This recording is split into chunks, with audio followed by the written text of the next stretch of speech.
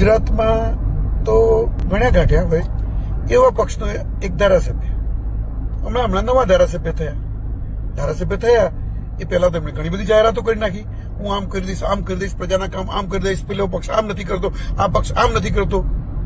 અરે મારા ભાઈ, ધારાસભ્ય થયા પછી તમે એક પ્રજાહિતનું કામ કર્યું હોય તો મને બતાવો. પોતાના વિસ્તારમાં તમે કોઈ જાહેરાત કરી હોય કે મારી ધારાસભ્યની ગ્રાન્ટ આવશે, ચલો કદાચ ન મળી હોય તો આવવાની તો ખરી જ, બધા ધારાસભ્યોને મળે છે, એમને પણ ગ્રાન્ટ મળશે કે મારા ધારાસભ્યની ગ્રાન્ટમાંથી હું આટલા પૈસા આ ગામમાં આપીશ. અરે અત્યારે જે ખેડૂતો બિચારા તકલીફમાં છે એ ખેડૂતોની સામે પણ એમના માટે પણ તમે તમારા વિસ્તારમાં જઈને કોઈ ખેડૂતને વાત કરી? માત્ર ને માત્ર ટોળા ભેગા કરવાના, ફાંકા ફોજદારી કરવાની, ભારતીય જનતા પાર્ટીને ભાંડવાનો, ભારતીય જનતા પાર્ટીના નેતાઓને ભાંડવાનો અને પબ્લિકમાં તાળીઓ પડાવવાની.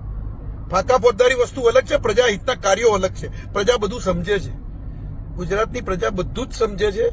અને એટલા જ માટે તમે તો ઠીક છે, ત્યાં આગળ તમે જે રીતે કર્યું એ રીતે તમે આવી ગયા, પણ એ વખતે પણ કડીની ચૂંટણી હતી, કેમ તમારો પક્ષ ત્યાં ના આવ્યો?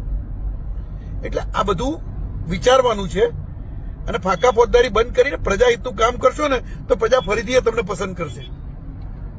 ભારતીય જનતા પાર્ટીના કાર્યકર્તાને, ભારતીય જનતા પાર્ટીના ધારાસભ્યોને, ભારતીય જનતા પાર્ટીના નેતાઓને પ્રજા એટલા માટે પસંદ કરે છે કે જમીન પર જઈ અને કાર્યો કરી રહ્યા છે.